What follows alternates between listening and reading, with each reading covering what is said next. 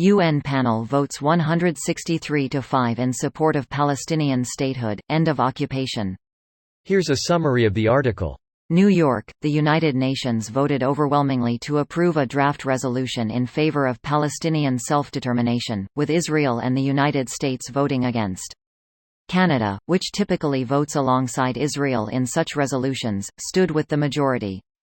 The resolution emphasized the right of the Palestinian people to self-determination, including the right to their independent state of Palestine, and stressed the urgency of achieving without delay an end to the Israeli occupation that began in 1967 and a just, lasting and comprehensive peace settlement between the Palestinian and Israeli sides, based on a two-state solution.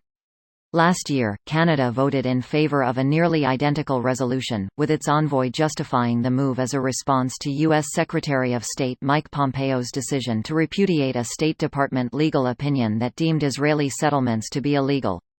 In previous years, Canada had voted alongside Israel, but refusing to do so for a second straight year indicated that the vote was a principled stand.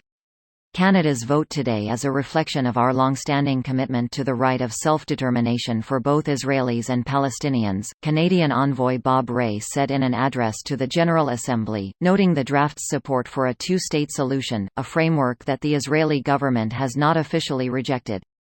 Palestinian Authority Foreign Minister Riyad al-Maliki praised the vote, calling it a natural response from the international community to the Israeli occupation's violations, as well as a response to the U.S. Secretary of State Mike Pompeo's visit to the colonial Israeli settlements. This post received a score of 100,000, with an upvote ratio of 81%. Here are the top comments in response to this article. Greater than last year, Canada voted in favour of a nearly identical resolution. So are these resolutions just meaningless if they're going through every year? This type of vote happens basically every year. Greater than it is part of a large package of 20 pro-Palestinian resolutions that are passed by the General Assembly every year. Am I a joke to you? So the only ones voting alongside the US and Israel are the Marshall Islands, Micronesia and Nauru. Remember that time when Morocco pledged 2,000 monkeys to the «coalition of the willing» during the Iraq invasion? Monkeys for land mine detonations? Those primates that survived must have had some stories to tell amongst each other. No, dude, they're pissed and looking for revenge. I saw a documentary about it. Ape Planet or something. I think I read this one, The Apes of Wrath, I think. You're thinking of the biopic, What's Eating Gilbert Ape? That wasn't a biopic, you're thinking of classic The Ape Escape. No, you're confusing this with the Boondock Apes. I think you're thinking of the Great British Ape Off. Not my kind of fetish, but I'm not judging. No, I believe it's the Tarantino flick, The Hateful Ape edit. What the fuck has happened to my inbox? This shit is bananas. So the vote is 163 ayes to 5 nays. The nays have it.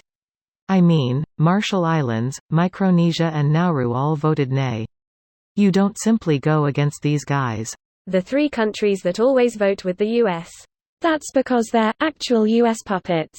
That's a bit too cynical a take on the CFA for me, but you're not wrong in that they're not going to want to try to piss the US off typically. The amount of U.S. aid the countries receive is determinant on Congress, and Congress has very often floated the idea of banning aid to countries who vote in disagreement too often at the UN. Even if it doesn't become law, they need to stay within the good graces of the U.S. so that the U.S. even remembers that they exist and thus gives them aid.